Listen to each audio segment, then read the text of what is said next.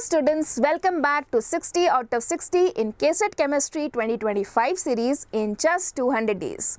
So yes, now we have already started the PU1 part and today we are going to discuss some basic concepts of chemistry part 2. Okay, so in this lecture we are going to discuss very basic things, right? Dalton's atomic theory, laws of chemical combination and atomic and molecular mass. Okay, so yes, now this is like one more request here, please join our WhatsApp channel. The link of the WhatsApp channel is there in the description section of this video, so you can get access to these PDF notes, our mock test solutions, everything will be provided. Okay, so yes, now let us, I have already told you this part 1, part 2 and part 3. So in part 1 we have already covered one of the major topic like nature of matter, properties of matter, uncertainty in measurement. Then in today's lecture we are going to cover laws of chemical combination, Dalton's theory and the atomic and molecular mass. Next we are going to study mole concept. In the next lecture, percentage composition and stoichiometry. Okay, so now coming to the weightage year wise, so you can see almost 1 to 2 questions, or you can say 0 to 1 question you can expect from this particular chapter. Okay, 0 to 1. Okay, next today's we are going to discuss the laws of chemical combination. So there are 5 laws. Okay, law of conservation of mass, law of definite proportion, law of multiple proportion, Gay-Lussac's law and Avogadro's law. Okay, next we are talking about Dalton's atomic theory and then we'll be studying about atomic and molecular masses. So we will understand what is atomic mass, average atomic mass, molecular mass and formula mass. Okay, so very small short video this will be on the topics. So let us quickly go for the laws of chemical combination. The first law is about law of so you should remember there are 5 laws for chemical combination. Okay, 5 laws are there and the first one is law of chemical conservation of mass. So according to this law, matter can neither be created nor be destroyed. Okay, so that means suppose you are doing a reaction, how much ever reactant you take, the same amount will be converted to the product. Second is law of definite proportion. Okay, this definition you can learn, but I am explaining what is law of definite proportion. Now see, what is this law says that suppose you are having a compound or any compound whenever it is formed. Okay, so the atoms or the elements in that particular compound, so you know a compound will be a mixture of 2 or 3 atoms or more than that, right? So the atoms or the elements of different elements will combine with each other but with a fixed ratio by mass. Okay, so whether you take, like let us take the example of water. So water, whether you collect it from your rainwater, tap water or even from the drains, okay, from or sea water, wherever you collect the water, okay, every time the water formula will be H2O, means this hydrogen and oxygen will be combining in the ratio of 2:16. The mass ratio will always remain same. Okay, the mass ratio is 2:16, the ratio is 1:8. Okay, so that is what is law of definite proportion. Next, coming to the third one, law of multiple proportion. So this definition is little lengthy, but I will make you understand with a simple example. So now let us see law of definite proportion, law of multiple proportion. So okay, so when we are talking about law of multiple proportion, first of all you need to think that this law is applicable when we have 2 or more atoms forming more than one compound.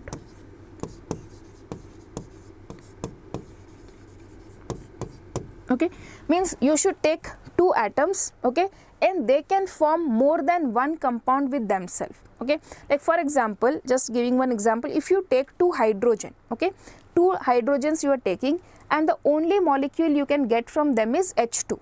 Okay, you cannot get H3, H4, nothing, But if you take 2 molecules of oxygen or 2 atoms of oxygen, you can get O2, you can also form O3. Like means within oxygen you are having two different types of compounds are being formed. So those type of compounds can show this multiple proportion, means you are taking 2 elements or 2 atoms, and like I am not saying 2 means number 2 types, okay, 2 types of elements you are taking one carbon and one oxygen, and they can form different types of compound. Then we can use this law, okay. So I can write 2 or more types of atom, okay, types of atom forming more than one compound. So let us take the example of carbon and oxygen. So I can see they can form one compound, that is carbon monoxide, and they can form carbon dioxide, okay. Carbon and oxygen can combine to give you these 2 compounds. So here what is the mass of carbon? That is 12. Mass of oxygen 16. Here what is the mass of carbon? 12. Mass of oxygen 32, right. Now what is this law saying? Now let us learn the read the statement. See, if 2 elements, means what is our 2 elements here? Carbon and oxygen, can combine to form more than one compound. Yes, they can combine to form more than one compound, that is carbon monoxide and carbon dioxide. The masses of one element that combine with a fixed mass of the other element. The masses of one element that combine with the fixed mass of other element. So if you see here, which element is having fixed mass? You can see carbon is having fixed mass, right. So the masses of the elements which combine with the fixed mass of another element are in the ratio of small whole numbers. So that means if I take the ratio of oxygen in carbon monoxide by the ratio of oxygen in carbon dioxide, then what will I get? 16 by 32, or I can say 1 by 2, okay. So you can see this is a simple whole number ratio, okay. Similarly you can consider another example, like suppose you have let me erase, yeah, suppose now you have H and O, okay, H and O. So you know they two can combine to give you water, they two can combine to give you hydrogen peroxide also, right. So what is the mass of hydrogen here? 2, and mass of oxygen is 16. Here mass of hydrogen is again 2 and mass of oxygen is 32. Now which is the fixed mass here? Hydrogen mass is fixed, so we can take the ratio of oxygen in water by the mass of water, mass of oxygen in H2O2, okay. So that is 16 by 32 giving you 1:2, okay. So again this is a small whole number ratio, okay.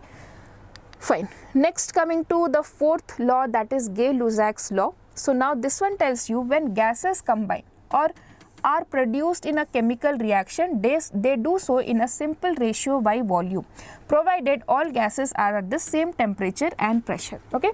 So this is very similar to law of definite proportion. In law of definite proportion it was with masses, and here it is with respect to volume. So whenever 2 gases are combining, they should combine in a fixed ratio, so that the product formed is also produced in a fixed ratio, okay. That is what is Gay-Lussac's law.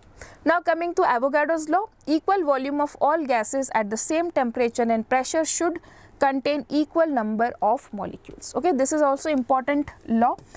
Now suppose you have like gas A, gas B and gas C, okay. Equal volume of all gases at the same temperature and pressure.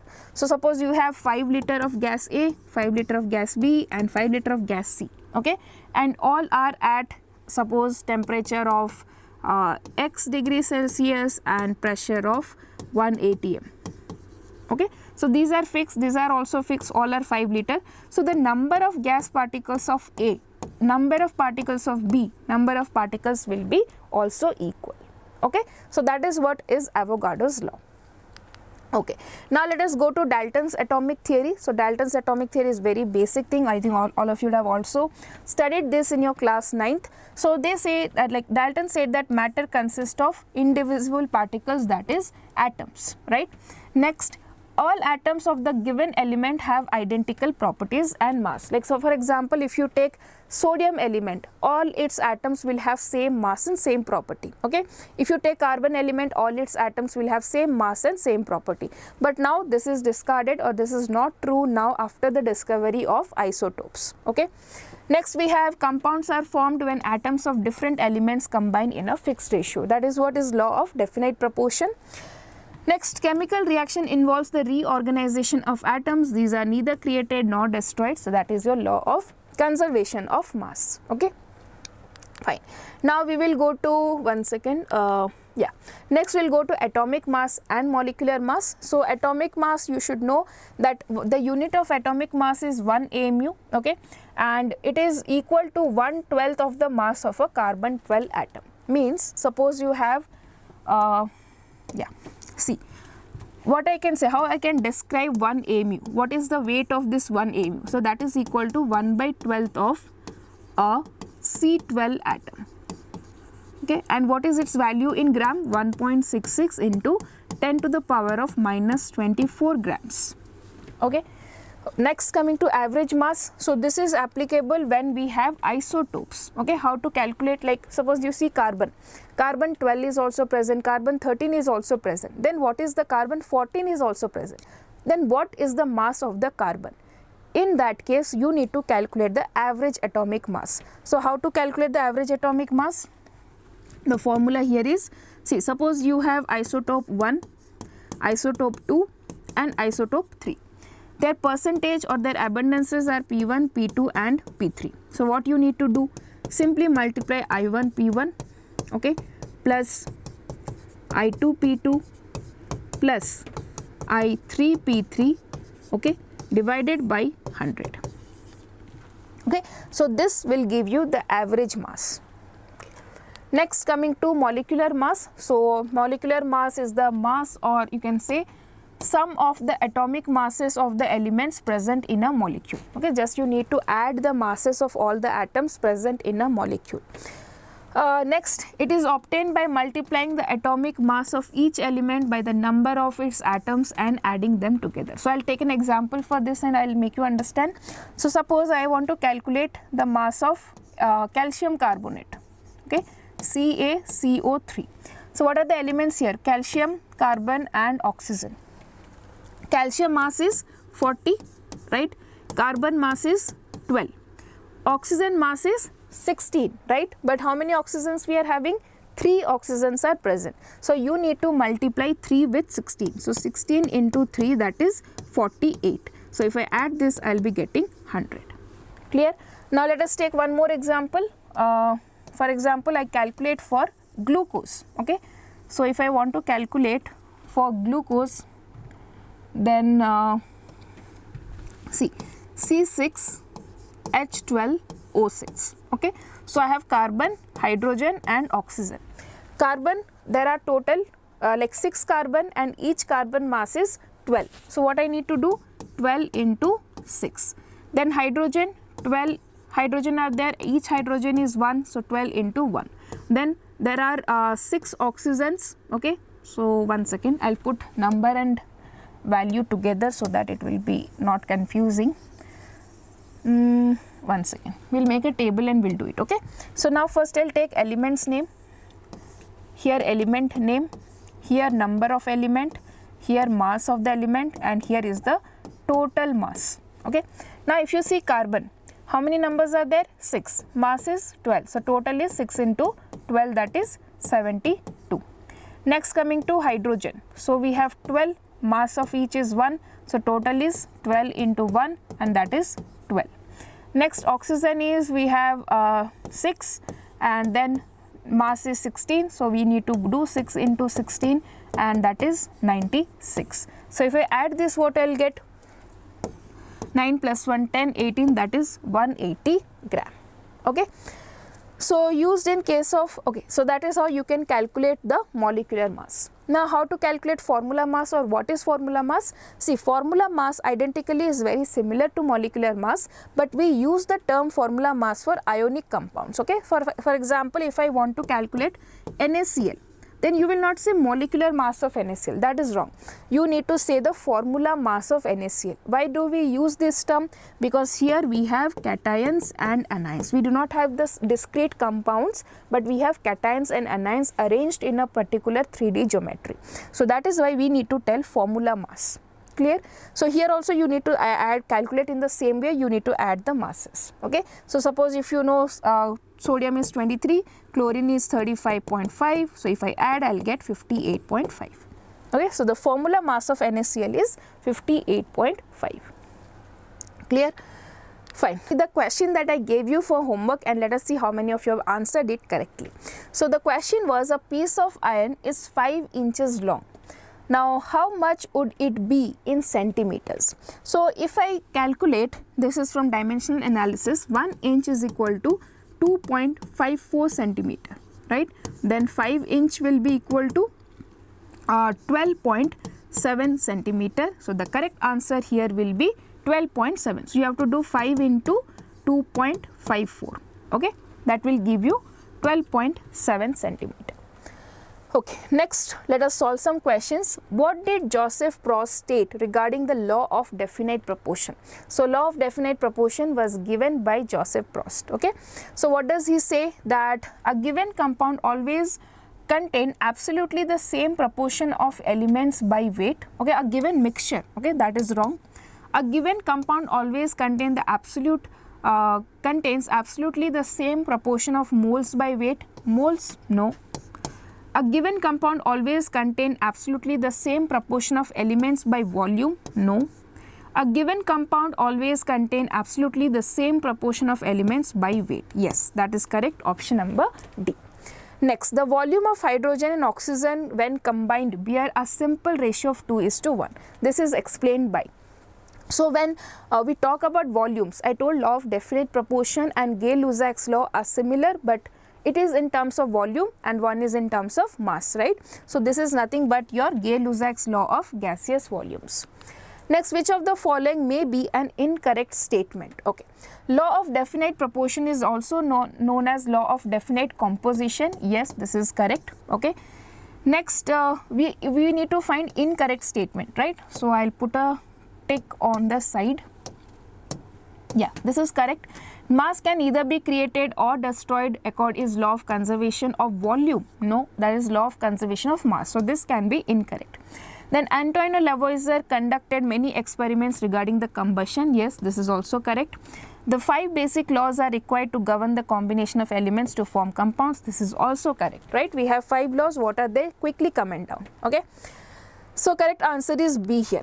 Next, coming to, according to Dalton's atomic theory, matter consists of indivisible atoms. Okay, that is the first thing that he told about matter. Second, like fifth question, all atoms of a given element have identity dash including identical dash. So, they have identity properties and masses. Okay, option number A. Next, what is the mass of hydrogen in terms of AMU? So, this is very important. You know hydrogen is 1 AMU, but the options are very close. You should remember it is 1.008 AMU.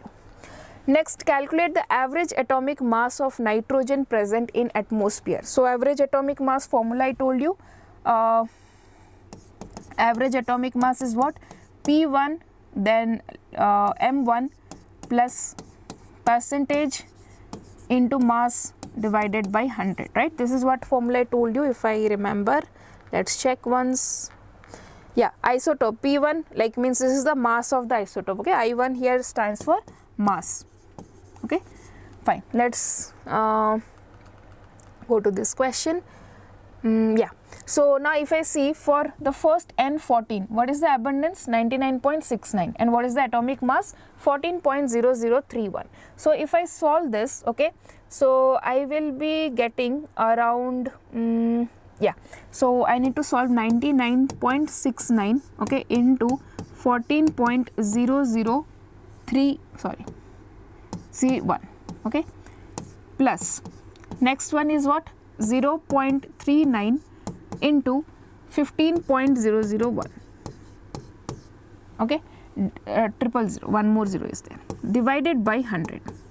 So now if I solve this, I'll be getting around 14.007. Okay, correct answer is option number A.